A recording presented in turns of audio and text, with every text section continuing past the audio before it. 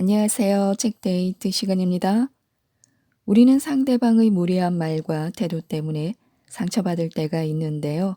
내게 함부로 하는 사람에게서 벗어나 타인에게 상처받지 않고 자존감을 지키며 행복과 성공을 향해 나아갈 수 있는 책들을 모았습니다. 내게 함부로 하지 마라는 책입니다. 조지음, 홍미아 옹김, 메이트북스에서 나온 책입니다. 이 책은 누군가가 나를 함부로 대하고 공격한다고 느껴진다면 그 관계의 방식을 바꾸기 위한 해법을 알려주는 책입니다. 불합리한 공격에는 이렇게 대처하는 것이 좋습니다. 먼저 무시하지 말고 과묵하게 상대를 대하는 것이 좋습니다.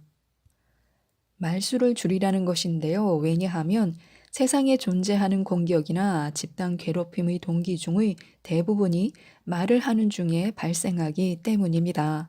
화가 나는 근원이 되는 대화 자체를 줄이면 상대가 공격할 기회를 줄일 수 있습니다. 항상 공격당하는 사람들 대부분이 어떻게 해서라도 잘 대답하기 위해 노력하는데 사실 이런 방법은 오히려 제 무덤을 파는 격입니다. 그래서야 상대의 공격을 멈출 수가 없습니다. 오히려 싸움에 서툰 자신이기에 어떻게 해서든 대화를 하지 않거나 될수록 빠르고 자연스럽게 대화를 끝내야 합니다. 그것이 덜 노력하면서 공격을 줄이는 효과적인 방법입니다. 다만 말을 전혀 하지 않으면 그건 나름대로 적대감을 불러일으킵니다. 그러면 상대가 생각하는 민폐성이 커져서 무시한다는 생각으로 이어지기 때문에 최소한의 말만 하는 과묵한 사람이 되는 것이 적절합니다. 말수를 줄이면 당연히 침묵이 발생합니다. 지금까지 침묵을 견딜 수 없어서 먼저 쓸데없는 말을 해왔는지도 모르지만 이제 필요 이상의 말을 주고받지 않도록 관계 방식을 바꾸는 게 좋습니다. 침묵에 익숙해지면 서로 말을 주고받지 않는 시간이 생겨도 당황하지 않고 나름의 생각도 할 수 있습니다. 그렇지 않으면 당황해서 어떤 말이라도 하려고 하다가 정리되지도 않은 말을 꺼내서 상대에게 도대체 왜 그런 쓸데없는 말을 하는 거야 라는 비난을 들을 수도 있습니다. 지금까지 만약 그랬다면 이제 침묵에 익숙해질 필요가 있습니다. 침묵에 익숙해지면 생각할 겨를이 생기는 것은 물론이고 말수가 줄어들어서 초조함의 근원도 줄어든다는 큰 장점이 있습니다. 그래서 침묵을 적극적으로 이용해야 합니다. 의도적인 침묵은 공격적인 사람에게 매우 견디기 힘든 상황입니다. 말수를 줄이는 것과 동시에 그러한 점을 적극적으로 이용해야 합니다. 서로 대화가 오가지 않는 상황을 전혀 신경 쓰지 않는 사람이 되는 것이 매우 중요합니다.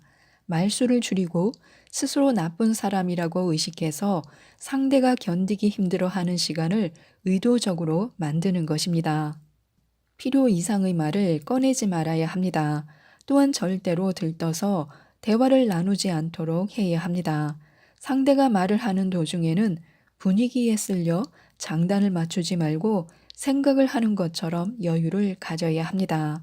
상대에게 자신이 말하고 있는데 기대한 대로 반응하지 않는다는 그런 낭패감을 주는 것입니다. 겉으로는 보이지 않는 악의를 가지고 상대가 공격할 수 없는 견디기 힘든 침묵을 만들어내야 합니다. 또한 의도적인 침묵으로 말꼬리를 잡지 못하게 해야 합니다. 공격적인 사람의 대부분은 자신이 얘기한 말에 우리가 반응한 것으로 말꼬리를 잡는 수법을 써서 공격합니다. 우리가 대답한 말 속에서 뭐라도 트집을 잡아 우리가 틀렸고 자신은 옳다고 구구절절 얘기하는 것입니다. 거기에는 앞뒤가 맞는 논리가 없습니다. 이렇게 상대가 하는 공격의 불씨는 대개의 경우 우리의 말에 있습니다. 그러므로 우리가 의도적으로 말수를 줄이고 침묵을 자아내면 상대는 공격의 실마리를 잡아채지 못합니다. 지금까지 상대는 불합리한 공격을 해서 우리의 반응을 불러내고 그것을 다시 불합리한 논리로 설명하는 형태로 공격해 왔습니다. 이제 상황을 바꿀 필요가 있습니다. 우리가 의도적으로 침묵이라는 시간을 만들면 상대는 자신이 말한 언어의 부조리함에 직면하는 그런 상황을 맞닥뜨리게 됩니다. 즉, 자신이 판 함정에 자신이 빠지는 격이 되어 견딜 수 없는 기분이 들 것입니다. 그렇게 견디기 힘든 상황 속에서 기세등등한 공격을 할 수 없으므로 이제 됐어 라며 공격 욕구가 꺾이게 됩니다. 그러나 말수는 줄여야 하지만 말을 아예 하지 않을 수는 없습니다. 기본 원칙은 침묵이지만 말을 할 필요가 있을 때에는 다음의 세 가지 요령을 잊지 말아야 합니다. 첫째, 대화를 최소한으로 줄이기 위해 짧게 말해야 합니다. 둘째, 적대적인 분위기를 자아내지 않도록 부드럽게 말해야 합니다. 셋째, 말끝을 단호하게 잘라 말해야 합니다. 항상 공격당하는 사람은 대부분 말투에 자신감이 없고 말끝을 흐지부지 하다가 마지막에 가서는 모호하게 웃는 경향이 있습니다. 그것이 자신의 약함으로 투영되고 공격당하기 쉬운 모습으로 자리 잡습니다. 따라서 짧고 부드럽게 잘라 말하는 것이 중요합니다. 그러면 자연스럽게 적절한 냉정함도 생겨서 상대는 아무리 말해도 통하지 않는다는 그런 낭패감에 빠집니다. 별일도 아닌데 화를 내는 경우가 있는데요. 별것도 아닌 일에 특별히 의사표시를 할 필요는 없습니다. 아무렇지도 않은 표정으로 말을 하는 도중에 인상에 남지 않는 음조로 아, 네 정도로 말합니다. 단지 상대의 기분에 따라 장단을 맞추듯이 하지 않도록 주의하기 바랍니다. 화가 치밀어 오른 상대가 그래서 어쩔 거야 라고 말해도 결코 당황하지 말기 바랍니다. 그저 잘 모르겠는데요 라면서 짧고 부드럽게 딱 잘라 말하면 됩니다. 하지도 않은 일을 했다고 우기면서 화를 내는 경우도 있습니다. 이런 경우는 네 라고 대답하면 우리가 한 일로 인정하는 격이 되어버립니다. 기본은 역시 짧게 그건 제가 하지 않았습니다 라고 부드럽게 잘라 말하는 것입니다. 반대로 해야 할 일을 하지 않았다고 화를 내는 경우도 마찬가지입니다. 그건 했는데요 라고 짧고 부드럽게 잘라 말합니다. 여기에서 구구절절하게 설명을 할수록 상대에게 말꼬리를 잡을 그런 기회를 주게 됩니다. 역시 최소한의 말만 짧고 부드럽게 딱 부러지듯이 말하는 것이 중요합니다. 피하고 싶을 경우도 있고 쓸데없는 대화를 끝내고 싶을 그런 경우도 있습니다. 그럴 때는 예, 그렇군요. 알겠습니다. 등 대화의 내용에 맞춘 말을 짧게 잘라 말합니다. 길게 말할 필요가 없습니다. 일반적인 의사소통에서도 대화를 끝내고 싶을 때에는 자, 이제 그만 일어나지 라는 말을 쓰곤 합니다. 그러한 어법을 응용해서 어디까지나 상대의 흐름에 따르지 않도록 짧고 부드럽게 잘라서 말하도록 주의하는 것이 좋습니다. 할 말이 있는 경우도 있습니다. 가령 내가 할 말이 있어도 구구절절한 토를 달거나 변명 같은 말을 자꾸 늘어놓으면 그만큼 말꼬리를 잡힐 위험이 높습니다. 말하고자 하는 바를 가능한 한 짧게 잘라 말하는 것이 중요합니다. 필요 이상으로 흥분하지 않고 말을 마칠 수 있는 요령은 왜냐하면 등의 보충 설명을 하지 않고 간결하게 결론만 말하는 것입니다. 할 말이 있을 때 최선을 다해 설명하면 이해해 줄 것이라는 기대감을 느끼게 마련입니다. 하지만 공격적인 사람은 좀처럼 이해하려 하지 않습니다. 또한 불합리하게 화를 내는 경우도 있고 의미를 알 수 없는 경우도 있습니다. 상대가 말하는 것을 이해할 수 없으면 당황해서 영문도 모른 채 아무 대답이나 하게 됩니다. 하지만 당황해서 내뱉는 말이라 합리적이지 못하기 때문에 상대는 공격 수위를 더 높이게 됩니다. 상대는 우리가 당황한 나머지 비합리적인 대답을 한 것이라고 판단해서 말도 안 되는 화를 내는 것입니다. 당황해서 대답하는 것은 괜찮지만 그 외에도 침묵할 선택권이 있다는 점을 명심해야 합니다. 상대의 말을 이해할 수 없다면 엉뚱한 대답 대신 입을 다무는 것도 방법입니다. 또한 무시당했을 경우도 있습니다. 대답을 기대하지 말고 이럴 때는 담담하게 말을 하는 것입니다. 대답을 해도 좋고 안 해도 좋다는 느낌으로 말을 거는 것입니다. 그 결과 무시를 당하면 그 후로는 지금은 그런 상태구나 라고 생각하면서 혼자서 있고 싶으면 그렇게 하라는 듯 관대하게 내버려 둡니다. 이때 상처받는 모습을 보이지 않도록 주의해야 합니다. 이것이야말로 상대가 바라는 효과이기 때문입니다. 무시하면 우리가 상처받는다는 것을 알고 자신의 영향력을 느끼고 싶어서 그렇게 하는 것입니다. 우리가 상처받는 모습을 보이지 않으면 상대는 무시한 보람을 느끼지 못하기 때문에 실질적인 이익이 없습니다. 또한 내 알 바 아니라는 허세를 드러내는 것도 피해야 합니다. 그건 나름대로 상대가 무시당한다는 느낌이 들어 민폐로 간주하기 때문입니다. 그 후에 다시 상대가 말을 걸어올 때에는 아무 일도 없었다는 듯이 평소대로 담담하게 얘기해야 합니다. 또한 약을 올리면서 화를 내는 경우도 있는데요. 상대가 공격한다, 우리가 반응한다, 이러한 반응에 상대가 기뻐한다라는 이 연결고리를 끊으면 상대의 공격 욕구는 꺾여 버립니다. 다시 말해 상대의 쾌감으로 이어지는 반응을 보이지 않으면 되는 것입니다. 약을 올리면서 화를 내는 경우도 마찬가지입니다. 먼저 몹시 움츠러든 태도를 보이지 말아야 합니다. 그리고 적당한 때에 그렇군요 라면서 대화를 끊습니다. 이때는 납득한 어감이 아니라 앞서 얘기한 대화를 끝내고 싶어서 말하는 느낌이어야 합니다. 이해는 했지만 납득은 하지 못했다는 느낌으로 감정을 넣지 말고 담담하고 차분하게 잘라 말합니다. 걱정 많은 당신이 씩씩하게 사는 법이라는 책입니다. 데이비드 시버리 지음, 김태훈 옮김, 홍익출판사에서 나온 책입니다. 우리는 두려운 기분이 들수록 웃어야 합니다. 문제가 심각하다면 더더욱 웃음이 필요합니다. 우리는 매일 모든 면에서 점점 더 좋아지고 있습니다. 심리학자들은 어려서부터 머릿속에 고착된 부정적인 암시를 뜯어 고치지 않으면 누구도 성공에 이르지 못한다고 말합니다. 부정적 자기 암시는 평생 동안 정신을 왜곡하고 좋은 습관을 가질 수 없게 만들기 때문입니다. 이에 대해서 에밀 쿠에는 삶에 대한 냉소와 회의를 멀리하고 희망의 가치, 믿음의 힘, 신념의 중요성을 키우는 데는 긍정적인 자기 암시만한 게 없다라고 말했습니다. 그러나 여기엔 한 가지 전제가 있었습니다. 에밀 쿠에가 순박한 프랑스 농부들을 상대해서 큰 성과를 거둔 뒤에 미국으로 건너가 첨단 문명을 누리며 살아가는 미국인들에게 이 방법을 적용하려고 했지만 실패로 돌아갔습니다.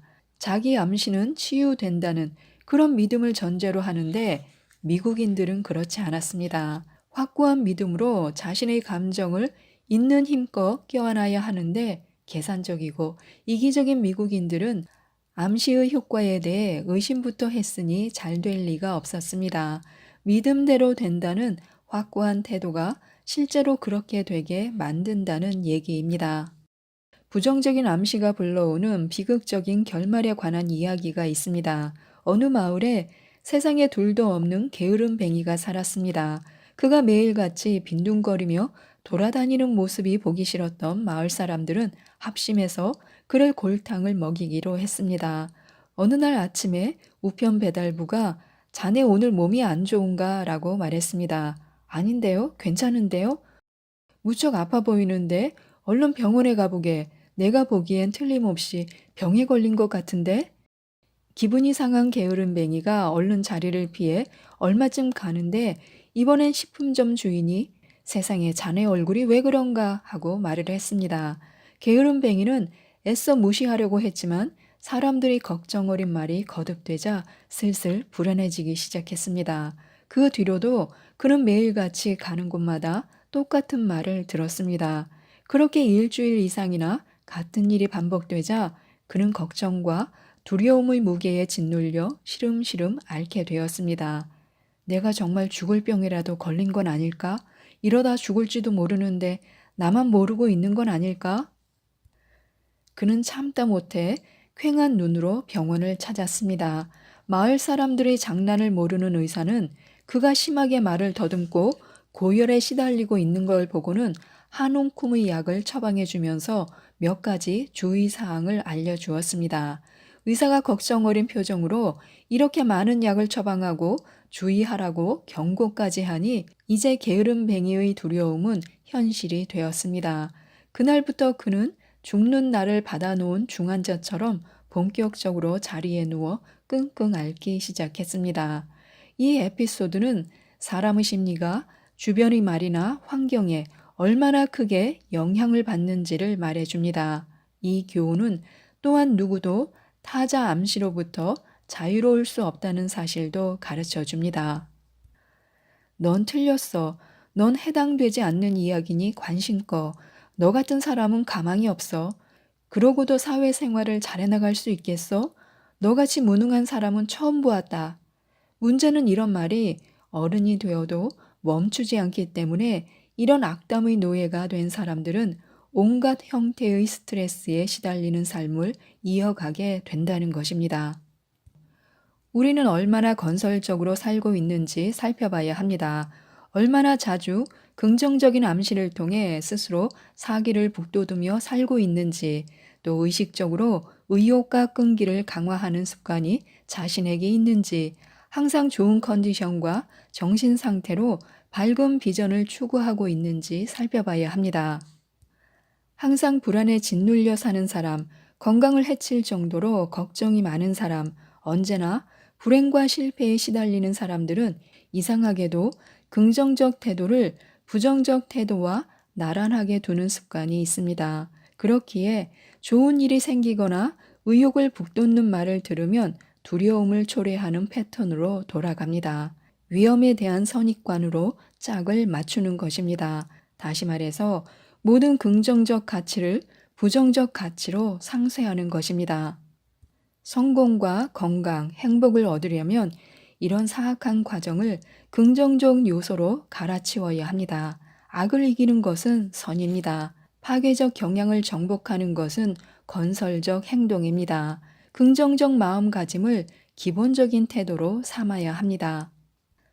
또한 우리는 지렛대 원리를 모르는 원시인처럼 살지 말아야 합니다. 살면서 겪는 모든 일들은 하나같이 삶의 일부가 되어 우리의 몸과 마음 속에 차곡차곡 쌓입니다. 그런데 그런 일들 중 일부는 삶의 뿌리를 흔들 정도로 날카로운 발톱을 세우고 우리를 고통에 빠뜨립니다. 문제는 오늘을 살아가는 사람들이 세상이 빛의 속도로 변화되고 있음에도 진보한 사고방식에 머물러 있다는 것입니다. 사람들은 어느 순간 자신이 시대 흐름에 완전히 뒤처지게 되리라는 걸 전혀 인식하지 못하고 있습니다. 우리는 살면서 무슨 생각을 하고 어떤 행동을 하며 무엇을 목표로 살아가야 하는지에 대한 구체적인 계획표가 매우 중요한 열쇠가 되는 시대를 살고 있습니다. 이런 딜레마를 해결하는 방법은 간단하고도 분명합니다. 시대의 상황에 발걸음을 맞추는 사고방식과 시대의 흐름이 만들어내는 문제들에 재빠르고 현명하게 대응하는 방법을 찾는 것입니다. 인간은 두 개의 나로 이루어져 있습니다. 그것은 생각하는 나와 행동하는 나입니다. 이 둘은 각기 다른 역할을 담당하는데 행동하는 나는 항상 생각하는 나의 주문에 따라 움직입니다. 문제는 생각하는 나가 인내심이 부족해서 항상 행동하는 나에게 제대로 기회를 주지 않는다는 것입니다. 성공은 충분히 생각하고 준비해서 행동할 때 찾아오는 보상입니다. 그러니 성공을 원한다면 인생의 문제를 대하는 태도가 달라져야 합니다. 어제와 똑같은 생각 습관과 행동 패턴으로 산다면 실패로 점철된 인생의 주인공이 될 수밖에 없습니다. 그래서 우리는 자신만의 인생 설계도를 만들어야 합니다. 인생이라는 길고 긴 여행을 하면서 자기가 가야 할 목적지와 거기까지 이르는 과정의 세세한 시간표가 없다면 말이 안 됩니다. 일의 순서를 정해놓은 계획표를 들고 건설 현장에 나가는 건축가처럼 또는 바닷길을 세밀하게 표시한 지도를 들고 선박 운행에 나서는 항해사처럼 우리 삶에도 설계도가 있어야 합니다. 인생 설계도라고 하면 거창한 목표를 세우고 하나하나의 과정이 화려해야 한다고 생각하는 사람들이 많습니다. 그렇지 않습니다. 일단 자기 수준이나 여건에 맞는 단기적인 목표를 세우고 그것을 착실하게 이뤄나가면서 다음 목표로 이행하면 됩니다. 문제는 착실한 계획이고 지치지 않는 꾸준함입니다. 설계도대로 진척되지 않는다고 실망하거나 조급해하지 말아야 합니다. 그때그때 수정하고 첨삭하면서 사다리를 오르듯이 꾸준하면 됩니다. 관건은 자기만의 시간표를 따라가는 성실함입니다. 새로운 삶을 꿈꾸고 있다면 무엇보다 먼저 인생의 설계도를 그리는 일부터 시작해야 합니다. 이런 습관이 인생의 무게를 가볍게 하여 씩씩한 발걸음으로 자기 인생의 여정을 걸어 나갈 수 있게 만듭니다. 꿈꾸고 행동하고 실현해야 합니다. 누구나 어려움이 닥치면 당황한 나머지 끝도 없는 걱정의 늪에 빠지거나 그 때문에 심각한 실수를 저지르게 됩니다. 그러다가 시간이 한참 흐른 뒤에야 문제를 현명하게 극복할 수 있었다는 사실을 뒤늦게 깨닫는 경우가 많습니다. 위기를 맞아 이성을 잃는 것은 인간이 지닌 오랜 약점입니다. 걱정이 시작되면 여러 사실관계 사이에서 갈팡질팡하게 되고 문제의 경중을 좌우하는 요점도 끊임없이 바뀌어 혼란이 증폭됩니다. 바로 그렇기 때문에 위기에 대처하고 문제를 해결하는 방법을 미리 준비해야 합니다. 머리가 멍할 지경이 되도록 우울과 불안에 사로잡혀서 같은 생각에만 계속 빠져 있다면 잠시 정지의 시간을 갖고 자기 자신을 응시하는 게 좋습니다. 그 시간이 바로 자신에게 걱정과 두려움에서 한 발짝 떨어질 수 있는 그런 여유를 제공할 것입니다. 그런 다음 끈기를 갖고 도전하면 걱정의 늪을 빠져나갈 지점을 찾아낼 수 있게 됩니다. 생활 속에서 항상 아주 짧은 정지의 시간을 갖는 것, 그런 습관이 바로 인생의 무게를 줄이고 한 단계 더 높이 도약할 수 있는 그런 기술입니다. 끈질기게 희망에 매달리는 사람들이 있습니다. 사람마다 성공을 이루기까지의 과정은 다르지만 저마다의 결론은 하나뿐입니다. 권력에 오른 사람, 사랑을 찾은 사람, 자신의 분야에서 정상에 오른 사람은 상황이 좋든 나쁘든 이루고자 하는 욕망에 대한 긍정적인 태도를 항상 유지합니다. 그러기 위해 그들은 가장 중요한 문제를 맨 앞에 가져다 놓고 그 다음 최적 정렬 알고리즘의 원칙에 따라 순서대로 배열하고 충실히 이행해 나갑니다. 이때 그 핵심에 무엇이 놓여 있는지가 매우 중요합니다.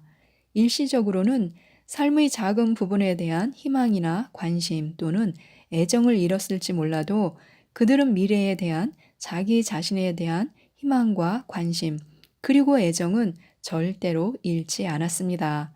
한마디로 말해서 자신의 가능성을 굳게 믿었다는 얘기입니다.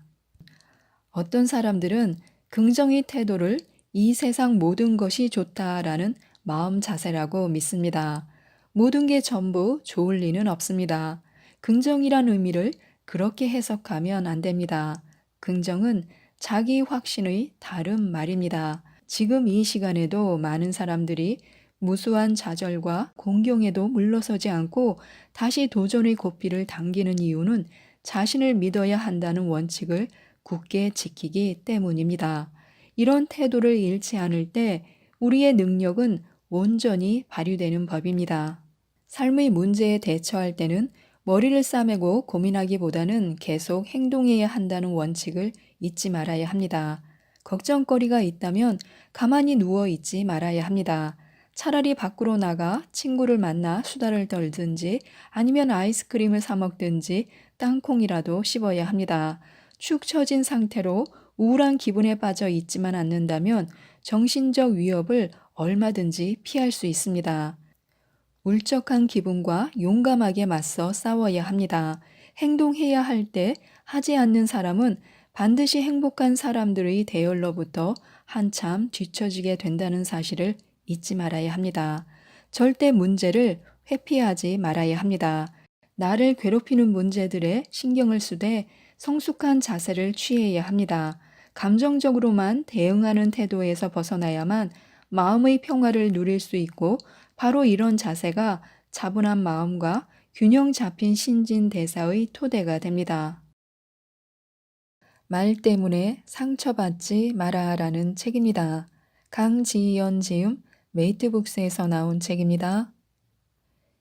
이 책은 상대가 상처받는지는 안중에도 없는 사람들과 어떻게 대처하고 대화해야 할지 불편한 말투에 센스 있게 대처하는 대화법을 49가지를 들어 소개하고 있습니다. 그냥 내 말대로 진행해야 하는 마이웨이형 말투가 있습니다. 이거 해, 저거 해 하면서 시키는 게 습관인 사람, 편하게 주문해, 난 짜장면 하는 사람도 마이웨이형 말투에 속합니다. 즉, 자기 생각이나 말이 우선이며 자기 말만 하거나 자신의 생각을 강요하는 스타일입니다.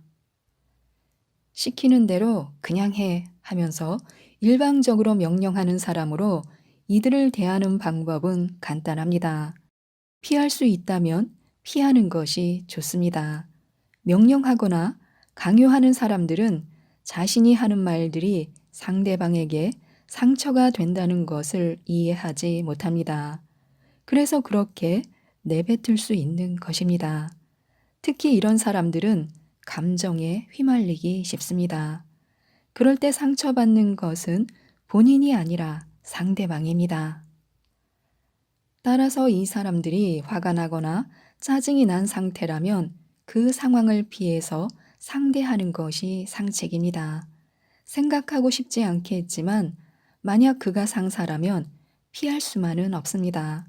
이럴 때는 그 사람이 하는 말을 인정해주고 그 사람의 장점을 찾아보려 애쓰는 것이 최선입니다. 명령이나 지시하는 유형의 사람들은 자기 말을 잘 따르는 사람은 좋은 사람으로 봅니다. 하지만 반항한다고 여기는 사람에게는 더욱 트집을 잡거나 지적을 할 수 있습니다. 이 사람들은 도전적이고 준치적이어서 일에 대한 성과도 잘 내는 사람들이므로 장점을 찾아서 생각하는 것이 좋습니다. 또한 이걸 일이라고 했냐 하는 테러형 말투가 있습니다. 요즘 회사 참 좋아졌다 하면서 빈정대듯 말하는 사람도 분명히 있습니다. 드라마에도 참 많이 나오는 대사입니다. 내가 그것까지 알려줘야 되냐 하면서 무시하는 사람도 이 유형에 속합니다. 아니, 내 말은 그게 아니라니까 하면서 유독 짜증 섞인 말투로 말하는 사람이 있는데요. 이런 분들에게는 이렇게 대처하시면 좋습니다. 말투는 관계에 영향을 미치는 요소 중 하나입니다. 그래서 짜증내는 사람에게는 똑 부러지는 말투로 상대해야 합니다. 뭐뭐 하다는 말씀이시죠? 아니, 그게 아니고, 그럼 다시 정확하게 말씀해 주십시오. 이렇게 상대하면 그 스스로가 자신의 말을 정리할 수 있는 기회가 됩니다. 이때 절대로 하면 안 되는 행동은 같이 짜증내는 것입니다. 그러면 더 예민해져서 대화는커녕 결국 손해는 본인이 입게 됩니다. 3. 나 신입 때는 말이야 하는 일장연설형 말투가 있습니다. 옛날에 우리 땐 말이야 하면서 과거에 집착하는 사람들이 있습니다. 다 너 잘 되라고 하는 소리야 하면서 무조건 가르치려는 사람이 있습니다. 다른 사람 이야기는 듣지 않으면서 같은 말을 반복하는 스타일입니다. 그건 이렇게 해, 그건 이렇게 해 하면서 했던 말을 또 하고 또 하는 상사에게는 이렇게 대처하시기 바랍니다. 했던 말을 또 하고 또 하는 사람들은 자신이 말하는 행위 그 자체가 매우 중요합니다. 그렇기 때문에 중간에 말을 가로채서는 안 됩니다. 부장님, 점심시간이 다 되어 가는데요. 라는 말과 함께 점심시간은 반토막이 날 수도 있습니다. 그래서 먼저 이야기가 길어진다 싶으면 한번 요약을 해주는 것이 좋습니다. 뭐뭐 말씀이시죠? 라고 요약을 하면 맞다고 할 수도 있고 아니라고 할 수도 있습니다. 아니라고 하면 다시 이야기를 시작할 것입니다. 그럼 또 듣다가 한 번 더 반복해서 질문해 보면 됩니다. 또 이런 사람과 대화를 나눌 때는 내가 듣고 싶은 말을 간단히 할 수 있도록 질문을 최대한 명쾌하게 해야 합니다. 특히 어떻게 라는 말이 들어가지 않도록 각별히 주의해야 합니다. 예를 들어 어떻게 그 생각을 하게 되셨어요? 라는 질문을 하면 지난 주말 동안 이 생각을 위해서 했던 일부터 말하게 될지도 모릅니다. 어떻게 라는 말이 질문에서 많이 사용하는 적절한 단어이지만 말이 많은 사람에게는 치명적일 수 있다는 것을 꼭 기억하시기 바랍니다. 4. 그게 정말 웃겨 하는 갑분싸형 말투가 있습니다. 회사가 나고 내가 회사지 하면서 회사와 혼연일체인 말투를 사용하는 사람, 너만 힘드냐? 난 더 힘들다 하는 공감 제로인 사람을 말합니다. 내가 너한테 뭘 해주나 봐라 하는 말투를 사용하는 사람도 이 유형에 속하는데요. 속이 좁은 사람과 대화하기 위해서는 넓은 마음을 갖고 대처하는 것이 좋습니다. 편협한 사람은 자기 손바닥으로 시야를 가리고 보는 것처럼 바로 앞에 있는 나무 한 그루를 볼 수는 있지만 산을 볼 역량은 되지 않습니다. 그만큼 알고 있는 지식의 폭도 좁습니다. 속 좁은 사람 앞에서 내가 아는 척을 할 수는 없으니 그에게 보고할 때는 첨부 자료를 두둑하게 제출해 보는 것이 좋습니다. 다양한 정보를 간접적으로라도 경험할 수 있도록 색다른 분야에 대해서 이야기를 나누는 것도 좋습니다. 저 사람은 왜 저렇게 속이 좁지라는 생각이 들면 그 사람이 하는 말마다 나 역시 주의 편향을 하게 됩니다. 따라서 멀리 보고 그 사람을 포용하는 것이 필요합니다. 그 사람이 상사일지라도 말입니다. 5. 어디 감히 여자가 하는 프로 불편러형 말투가 있습니다. 내 밑으로 조용히 해 하면서 나이를 유난히 따지는 사람, 회식도 다 회사 생활이야 하면서 술과 회식을 강요하는 사람으로 사람 불편하게 만들면서 듣기 싫은 말을 하는 스타일입니다. 여보세요? 응? 안 들려? 하는 무매너, 무배려인 사람도 있습니다. 이처럼 매너가 없는 사람들에게 배려하는 마음을 갖게 하기 위해서는 다른 사람을 배려하는 모습이나 방법을 보여주는 모델링이 도움이 됩니다. 특히 배려에 있어서 모델링이 중요합니다. 배려할 수 있는 능력은 배려를 받아본 경험에 달려 있을 수 있습니다. 예를 들어 내 뒤에 따라 들어오는 사람을 위해 사무실 문을 잡아주는 것을 보여준다거나 사적인 전화가 오면 조용히 나가서 통화하는 모습을 보여줌으로써 학습할 수 있습니다. 배려 능력과 성향은 실천 경험을 통해서 만들어집니다. 배려할 준비가 되어 있는 상태에서 배려할 수 있는 기회를 제공해 주어야 발달되는 것입니다. 배려 능력을 개발하기 위해서는 이 사람으로 하여금 진정으로 배려받고 있다고 느끼도록 하는 것이 중요합니다. 스스로 배려받고 있으며 주변 사람들로부터 존중받고 있다는 느낌을 받도록 말입니다. 6. 야, 당장 다시 해와 하는 분노 조절 장애형 말투가 있습니다. 밥 못 먹어서 환장했니? 하면서 시도 때도 없이 화내는 사람. 이런 음식도 먹을 줄 알아야지 하면서 음식을 강요하는 사람이 이 유형에 속합니다. 근데 그건 절대 안 돼 하면서 매사에 부정적인 사람도 이 유형에 속하는데요. 이런 사람들에게는 이렇게 대처하시기 바랍니다. 첫째, 부정적인 사람들은 실패에 대한 두려움을 갖고 있습니다.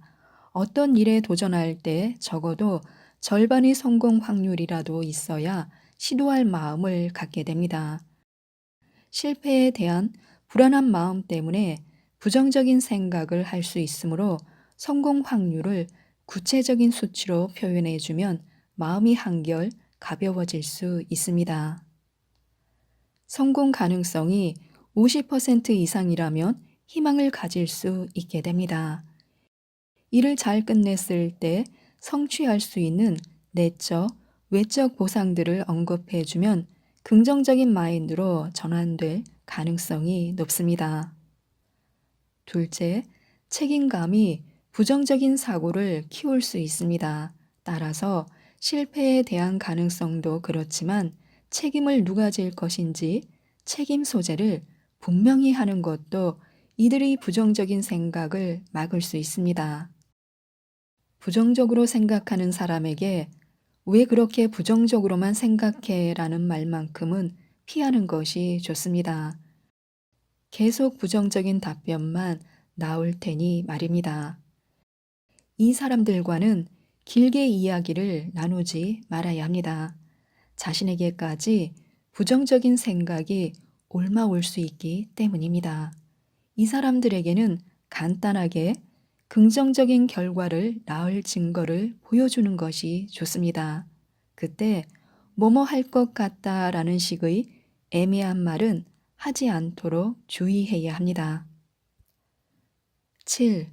난 너랑은 달라 하는 자기 사랑형 말투가 있습니다. 너 내가 누군지 알아? 하면서 대접받기 좋아하는 사람. 난 꼰대 아니지? 하면서 꼰대인 줄 모르는 사람이 있습니다.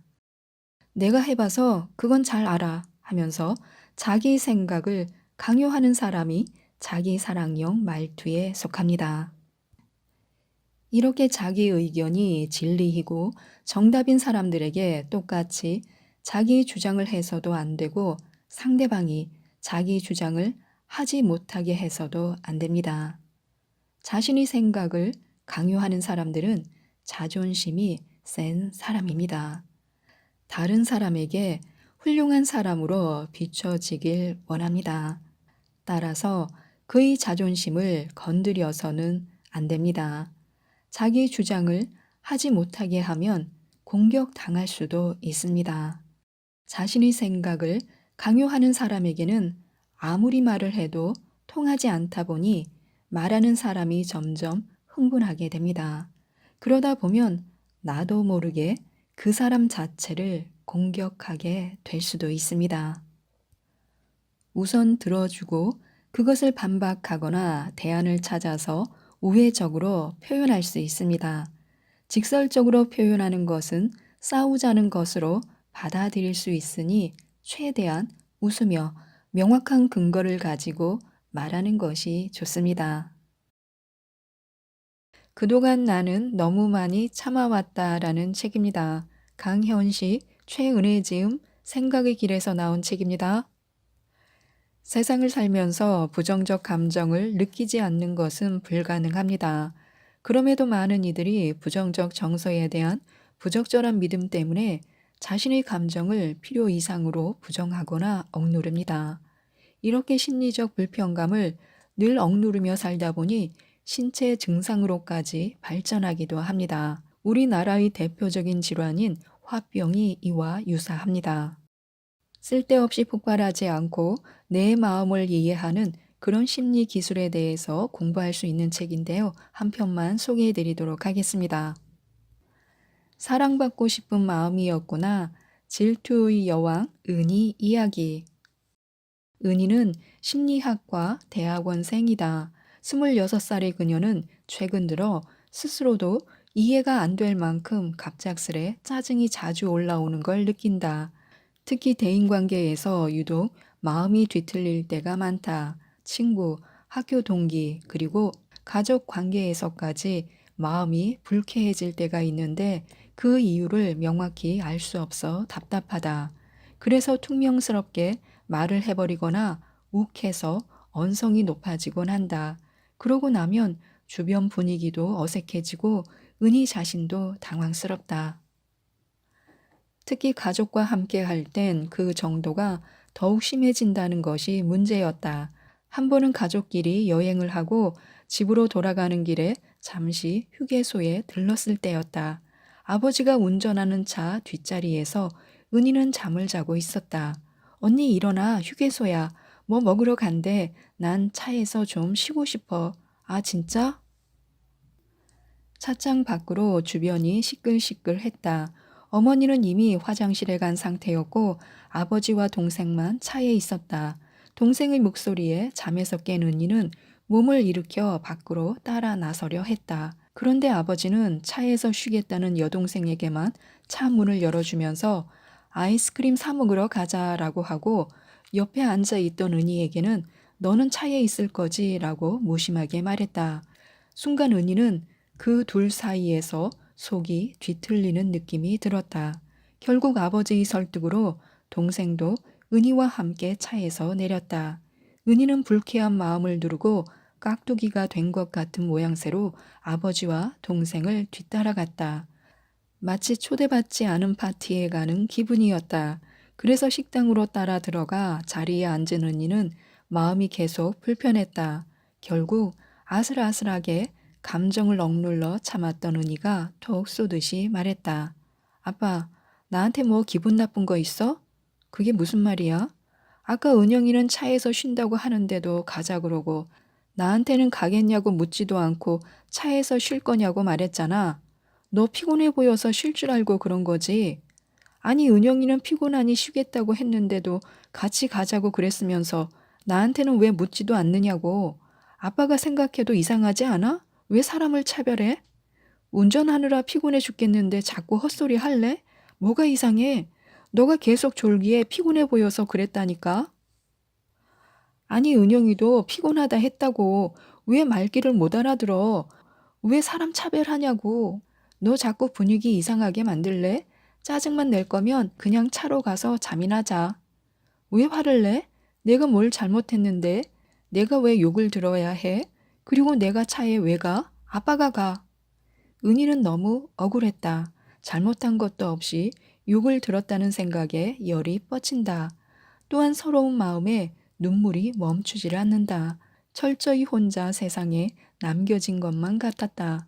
자신이 뭘 그렇게 잘못해서 타박을 들어야 하는지 억울하기만 했다. 그런데 다시 생각해보니 그 순간 왜 그렇게 갑자기 화가 났는지 자신도 이해가 잘 되지 않았다. 어디서부터 잘못된 것인지, 왜 오늘따라 깍두기가 된 것 같은 기분이 들고 아버지가 자신을 싫어한다는 생각이 들었는지 그 순간 감정을 통제하기 힘들었다. 은희는 아버지와의 싸움에서뿐 아니라 다른 관계들에서도 이런 불쾌한 기분이 자주 들었다. 조연이 된 느낌, 두 사람 사이에 낀 눈치 없는 방해꾼이 된 것 같은 그런 느낌이다. 학교에서도 친해진 동기들이 자신보다 다른 친구를 더 아끼고 챙기는 게 느껴질 때마다 심리적으로 불안했다. 사람들의 관심이 다른 사람에게 향하는 그 느낌이 너무도 견디기 힘들었다. 최근에 이런 일도 있었다. 은희에게는 소진과 정연이라는 친한 친구들이 있다. 이 둘과는 중학교 때부터 셋이서 붙어 다녔다. 그 둘과 지낼 때도 때때로 소외감이 들어 힘들었지만 내색하지 못한 채 관계를 이어갔다. 그러다가 시간이 지나 각자 머무는 지역이 달라지면서 서서히 멀어졌다. 사실 은희는 친구들과 거리감이 생기는 게 처음엔 크게 불편하지 않았다. 그런데 문제는 소진과 정연이 같은 지역으로 직장을 잡게 돼 둘이 만나는 일이 잦아지면서부터 시작되었다. 특히 단톡방에서 둘이 은희만 모르는 이야기를 하거나 서로에게 친근한 표현을 쓸 때마다 속상한 마음이 생겼다.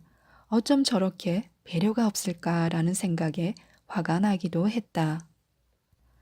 소진아, 어제 먹은 낙지와 곱창 맛있었지? 또 먹고 싶다. 그러게, 정윤아, 다음에 다시 가자. 참, 소진이 너 오늘 회사 일 잘 넘겼어? 진짜 걱정 많이 했는데 잘 넘어갔지. 너한테 얘기하길 잘했어. 너 말대로 했더니 크게 뭐라 안 하더라고. 고마워. 근데 은희 너는 왜 말이 없어? 정영과 소진 사이에서 은희는 소외감을 느꼈다. 마치 그 둘이 이전부터 자신을 싫어했는데 이번 기회에 작정하고 따돌리는 것 같다는 그런 생각마저 들었다. 은희는 결국 친구들과 함께하는 채팅방을 나가버렸다. 그 이후 은희의 속마음을 알 리 없는 정영과 소진은 그녀에게 계속해서 연락을 취했지만 은희는 친구들의 연락을 무시했다. 은희는 자신이 왜 그렇게까지 화가 났는지 친구들에게 제대로 전하지도 않고 혼자 분노할 뿐이었다. 결국 정영과 소진은 이유도 알지 못한 채 은희와의 관계가 끊어졌다.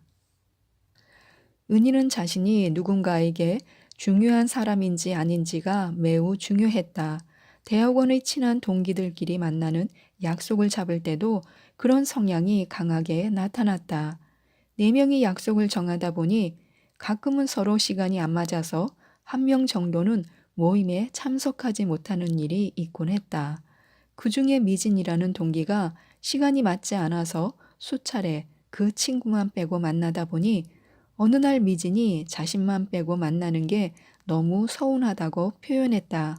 그 이야기를 들은 은희를 제외한 나머지 2명의 친구들은 이번엔 최대한 미진에게 맞춰 일정을 짜자고 의견을 모았다. 결국 미진이 가능한 일정에 맞춰 약속이 변경되었다. 그러자 은희가 미친 듯이 화를 냈다. 왜냐하면 정작 바뀐 시간에 은희는 다른 일정이 있어서 나갈 수 없었기 때문이다. 나보다 미진이가 더 중요하구나. 그래, 너네끼리 잘 살아라. 나쁜 년들. 은희는 미진의 한마디에 기다렸다는 듯이 약속을 바꾼 다른 친구들에게 배신감을 느꼈다. 이미 잡은 약속을 미진에게 맞춰서 바꾼 것이 도무지 이해가 되지 않았다. 그렇다 보니 서운함을 토로한 미진도 믿고 나머지 2 친구에게도 짜증이 났다. 최근 이렇게 분노할 일들이 반복되고 겉으로는 감정 조절을 한답시고 아무렇지도 않은 척하다 보니 가끔은 숨쉬기가 불편할 정도로 가슴이 답답해졌다. 결국 그녀는 감정을 억누르는데 한계에 달했고 사람들과의 관계도 끊어져서 괴로운 마음에 상담실을 찾아왔다. 조연이 된 것 같은 불쾌한 기분. 은희의 이야기에는 공통 분모가 있었다. 자신과 애정을 나눠 가져야 하는 경쟁자가 있다는 것. 따라서 늘 그러한 구도에서 2번째가 되는 느낌을 경험한다는 것이었다. 그녀는 질투심에 휩싸일 때마다 화가 폭발했다. 사랑받고 싶은데 받지 못할 위기에 처하면 분노하는 것이다. 모든 감정은 대상이 있다.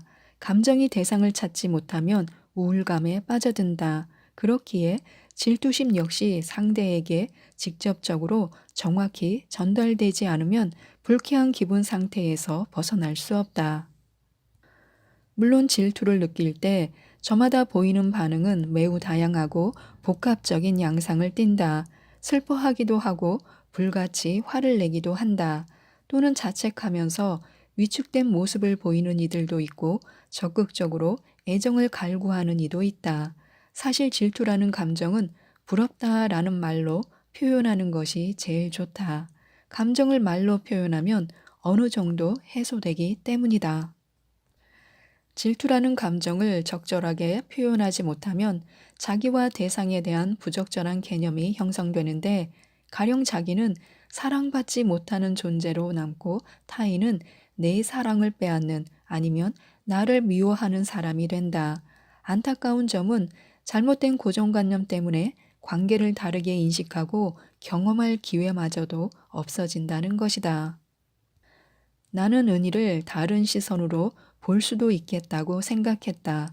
어쩌면 그녀는 매번 질투심을 느낄 위치에 있었다. 그 지점이 매우 의미 있게 보였다.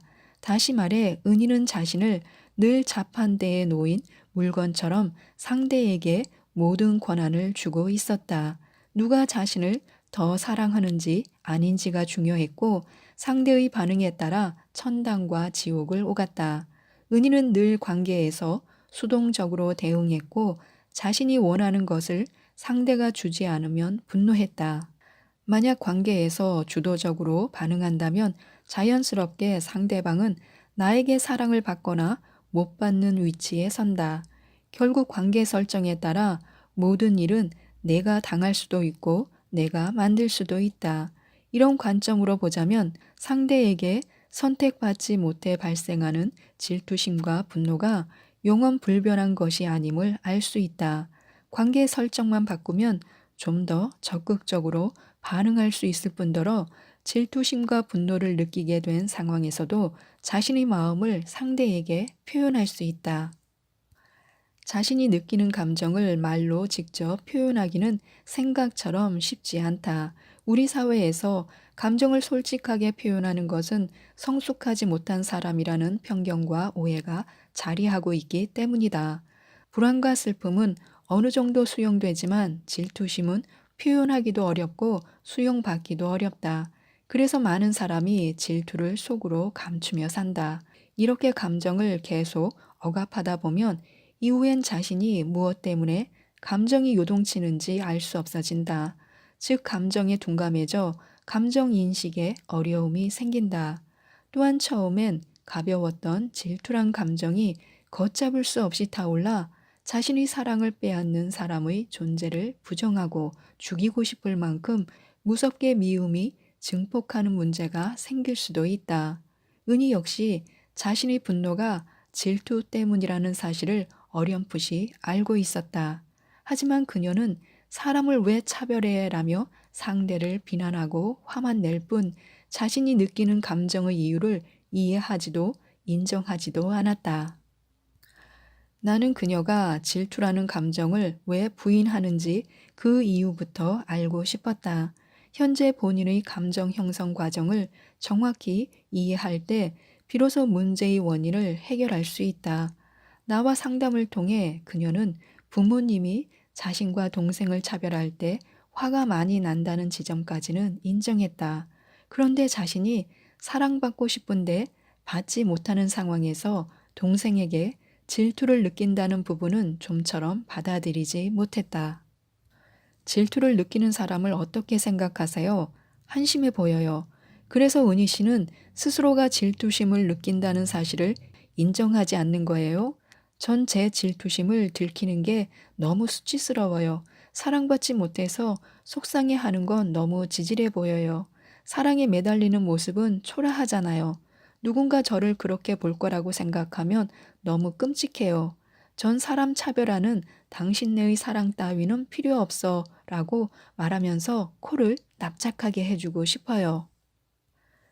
그녀는 질투심을 드러내는 것이 궁색하고 못난 행동이라고 생각했다.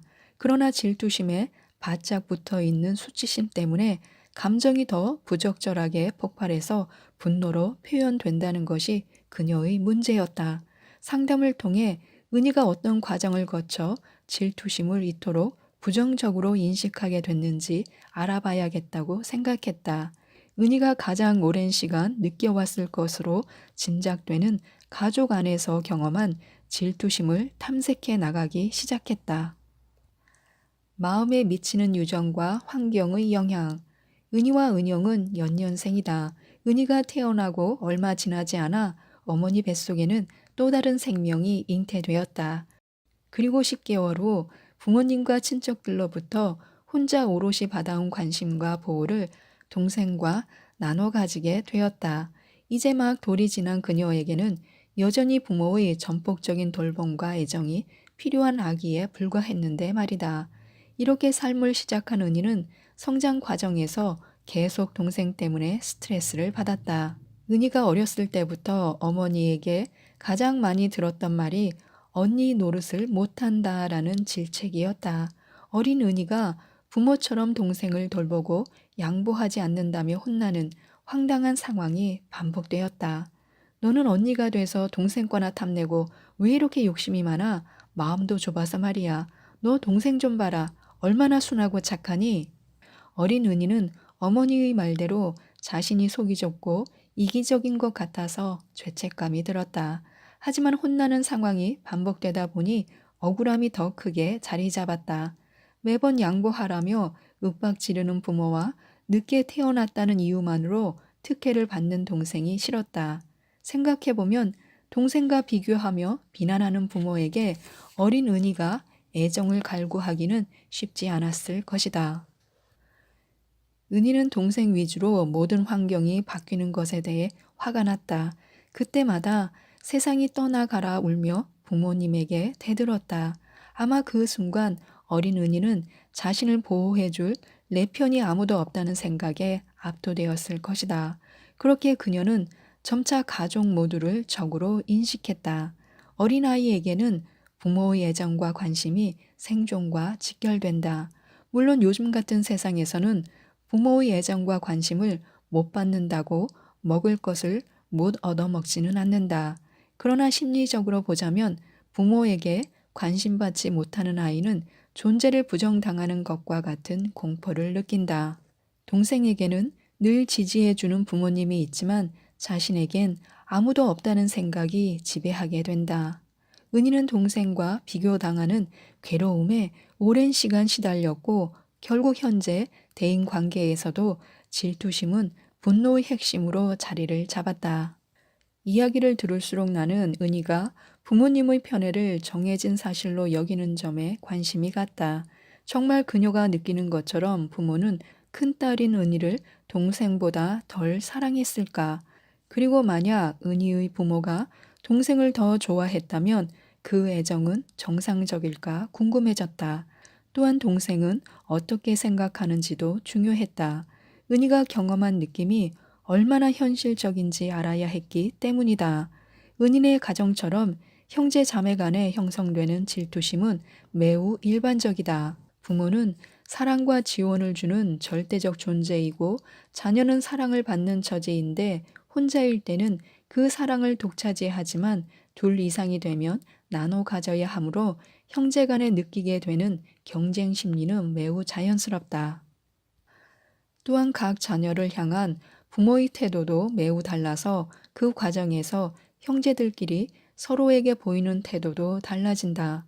부모의 태도에 따라 서로 좋아하기도 하고 질투하기도 한다. 그런데 자녀를 향한 부모의 태도는 상호적인 결과물이다. 가장 일반적으로는 아이의 기질로 인해 부모의 태도가 영향을 받는다. 애교가 많고 순한 기질은 손이 덜 가기 때문에 부모 입장에서는 매우 편하다. 기질적으로 예민하고 요구가 많은 아이는 피곤하고 번거롭기에 부모 역시 더 까칠한 태도로 대하게 된다. 선천적으로 몸이 약하고 심약한 아이는 부모가 더 너그럽게 봐주고 이해한다. 이처럼 자녀가 어떤 기질과 성격을 가졌느냐에 따라서 부모의 태도가 달라질 수 있다.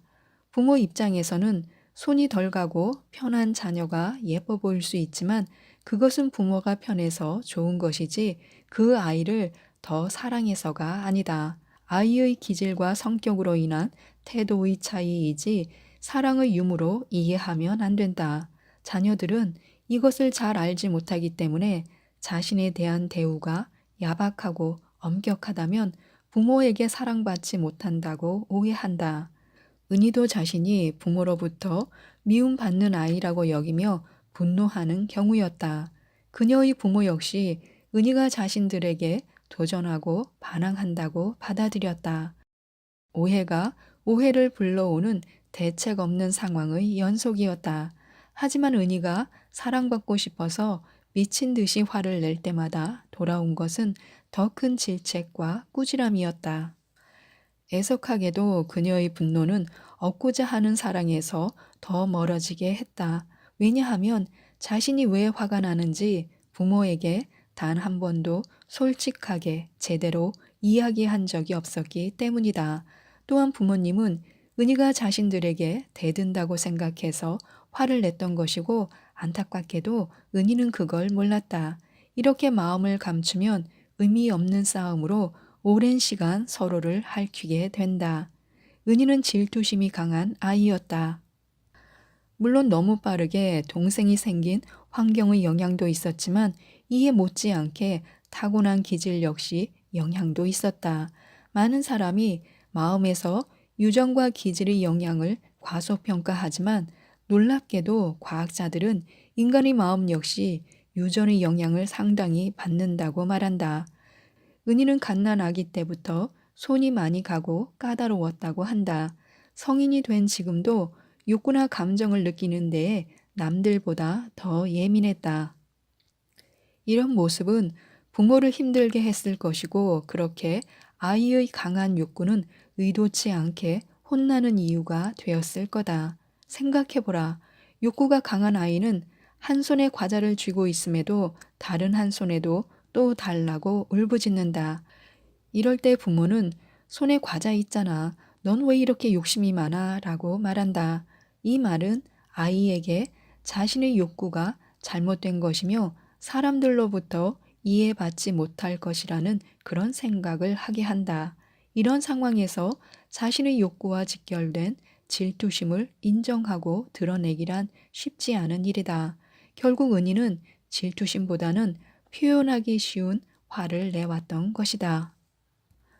몰랐거나 다르게 기억했거나 은희는 동생과 이유 없이 차별을 당한다는 피해의식이 강했다. 나와의 상담에서도 그녀는 동생과 부모님 사이에서 느끼는 소외감과 열등감을 계속해서 호소했다.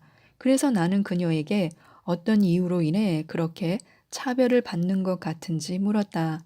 나의 질문을 들은 그녀는 살짝 당황했다. 어떻게 부모란 사람들이 차별할 수 있냐라는 반응을 예상했던 모양이다. 그래서 나는 당황한 은희에게 사람과 사람의 관계에는 쌍방이 서로 기여하는 바가 있으니 본인이 부모에게 기여하는 것엔 무엇이 있는지 생각해 보자라고 했다. 동생은 애교도 많고 기념일도 잘 챙기고 힘든 얘기도 잘 들어줘요. 근데 저는 그런 걸 잘 안 해요. 그걸 안 해서 부모님이 다르게 대하는 거라면 어떤 것 때문에 안 하게 되는 걸까요? 그렇게까지 하고 싶지 않아요. 힘들어요. 그런 걸 잘 못해요. 동생은 쉽게 하는 것 같나요? 글쎄요. 그건 생각 안 해봤어요. 동생이 하는 걸 은희 씨도 해보는 건 어때요? 저는 그게 안 돼요. 은희 씨가 원하는 인정을 받는데도요. 타고나길 안 되는 것 같아요. 은희와 동생은 부모님에게 애정을 표현하는 방식이 크게 달랐다. 은희는 어려서부터 자기 주장이 강했다. 필요하고 원하는 것을 잘 요구해서 얻어냈다. 그와 다르게 동생은 부모님의 기분을 잘 맞췄다고 한다. 심지어 싫다는 의사 표현을 하는 것을 거의 본 적이 없을 정도라고 했다. 또한 은희와의 관계에서도 동생 은영은 늘 참고 양보했다. 부모는 이런 은영을 안쓰러워하며 착하다고 칭찬했고 자기 것을 잘 챙기는 은희를 이기적이라고 평가했다. 그런데 나는 은희와 부모의 관계가 더 일반적인 부모 자식처럼 보였다. 반면 동생 은영과 부모의 관계는 타인과의 관계에서 흔히 볼 수 있는 모습이었다. 은희가 요구를 많이 하고 이기적인 부분이 과도하게 자기 주장을 하지 않는 은영으로 인해 부각되었을 뿐 부적절한 모습은 아니었다. 은희네 집은 어려서부터 경제적 형편이 어려웠다. 그래서 은희와 은영은 급식비를 내지 못할 때도 있었고 방과 후 친구들과 간식을 사 먹을 돈이 없었다. 그럴 때마다 은희는 돈이 없는 게 부끄럽다고 떼를 썼고 어머니는 속상해하며 남은 돈을 털어 은희의 간식비나 용돈을 챙겨줬다고 한다. 이와 다르게 동생 은영은 그 흔한 짜증도 부리지 않고 아무런 부정적인 표현도 하지 않았다고 한다. 그래서 어머니는 은영이 마냥 착하고 힘든 게 없고 괜찮은 줄 알고 있었다. 또한 은영이 순종하고 말을 잘 들을 때마다 어머니는 세상을 다 가진 것처럼 기뻐했다. 은희는 그런 두 사람의 모습을 지켜보며 소외감과 열등감, 죄책감을 느꼈고 동생 은영이와 어머니 모두를 싫어했다. 그래서 부모님이 안 계실 때면 동생을 때리거나 괴롭혔는데 그 일을 은영이가 잃으면 그날은 은희가 아버지에게 엄청나게 맞는 날이었다. 그러면 그 분노는 또다시 부모와 동생에게로 향했다. 은희는 또 동생을 때렸고 또다시 아버지에게 맞았다. 은희는 자신이 부모님에게 사랑받고 싶어서 화가 났다는 점을 인식하지 못하고 그저 자신을 학대하고 동생과 자신을 차별한 부모님을 원망할 뿐이었다. 은희 씨가 원하는 사랑을 동생은 받았는데 그럼 동생은 행복해 보이나요? 몰라요. 한 번도 생각해 보거나 물어본 적이 없는 것 같아요. 가끔 동생은 저한테 하고 싶은 걸 다 하는 것 같아서 부럽다고 말하기는 하는데 저는 잘 이해가 안 돼서 한 귀로 듣고 한 귀로 흘렸거든요. 나는 은희에게 동생이 실제로 부모님께 받는 대우를 어떻게 느끼고 있는지 확인해 보자고 했다. 그녀는 조금 망설이다가 물어보겠다고 답했다. 그런데 확인해 보니 동생 은영 역시 부모님이 자신을 사랑하지 않는 것 같다고 말했다. 언니인 은희처럼 맞고 혼날까봐 아무것도 표현하지 않았을 뿐이고 부모의 말에 늘 순종해야만 미움을 받지 않는다고 생각했으며 자라는 내내 은영은 자신이 받는 사랑은 진짜가 아니라고 생각했다고 말했다. 이러한 가짜 사랑을 인간 중심 치료의 창시자 칼 로저스는 가치의 조건화라고 했다. 사람을 있는 모습 그대로 가치 있는 존재로 인정하고 존중하는 것이 아니라 어떤 조건을 충족시켜야만 그 가치를 인정받을 수 있는 상태를 뜻한다. 보통은 부모가 양육 과정에서 자녀들에게 하는 잘못된 훈육의 결과다. 넌 말을 잘 들어야 해. 떼쓰지 말아야 해. 같은 말은 아이들에게 난 말을 잘 들어야 가치 있는 사람이야. 떼를 쓰면 가치 없는 사람이야와 같은 생각을 하게 한다. 은희는 동생의 말을 듣고 한동안 충격에 빠졌다. 오랜 시간 자신이 차별받고 사랑받지 못했다고 여겨왔고 동시에 다른 사람들에게도 미움을 받았다고 믿어왔는데 이 믿음이 거짓일 수 있다는 사실에 왠지 모르게 허탈해졌다. 그동안 오해하며 억울함과 질투심을 느꼈다니 그 시간이 허무했다. 나는 은희에게 그녀가 놓치고 있는 새로운 사실을 알려줬다. 본래 있는 모습 그대로 귀하고 충분히 가치 있는 존재라는 사실을 말이다. 로저스는 가치의 조건하에 갇힌 내담자를 치유하기 위해 상담자의 중요한 자세로 무조건적인 긍정적 존중을 이야기했다. 내가 은희에게 알려준 바로 그것이다. 그녀는 이후 상담에서도 자신을 있는 그대로 수용해주는 나의 말과 태도에 얼떨떨해 했지만 조금씩 자신이 귀한 존재라는 사실을 받아들이기 시작했다. 말하지 않으면 아무도 모른다. 은희는 자신이 느끼는 소외감이나 질투심이 과도한 것이 아니라 정상적인 반응이라고 인식하면서 점차 질투라는 감정에 대해 관대해졌다. 이제 그녀에게 남은 과제는 하나, 질투심을 상대가 알아들을 수 있도록 건강하게 표현하는 것이다. 그렇게 건강하게 질투심을 표현함으로써 소외되고 분노하는 상황에서 관심을 적극적으로 요구하고 그 마음을 이해받는 경험을 많이 해봐야 한다. 그러려면 정서지능을 키울 필요가 있다. 정서지능 혹은 감성지능은 자신의 감정을 처리하는 능력으로 네 가지 요소가 있다. 먼저 감정을 알아차리고 조절하며 상대의 감정을 이해하고 관계에 활용하는 것이다. 생각보다 많은 사람이 자신의 감정을 정확하게 인식하지 못한다. 질투심이나 소외감을 비롯해 슬픔이나 불안, 외로움과 지루함 같은 부정적이고 불편한 감정을 화로 표현하는 경우가 많다. 단지 표현의 문제가 아니라 스스로도 화가 났다고 생각한다. 이때 감정을 느낀 상황을 잘 살펴보다 보면 화가 아니라 다른 부정적 감정이라는 것을 알 수 있다. 은희도 마찬가지였다. 질투심과 소외감을 느낄 때 화를 냈지만 상담을 통해 은희는 자신의 감정이 화가 아닌 질투심과 소외감이라고 정확하게 인식하기 시작했다. 그러나 인식과 인정은 다른 문제다. 은희는 마치 느끼지 말아야 할 감정처럼 수치스럽게 여기며 인정하기 힘들어 했다. 그러나 상담을 통해 사람이라면 누구나 질투심을 느낀다는 점을 이해했다. 자신이 느끼는 감정을 온전히 이해하는 것은 중요하다. 이해해야 수용할 수 있으며 더 나아가 감정을 활용하거나 조절하는 단계로 넘어갈 수 있기 때문이다.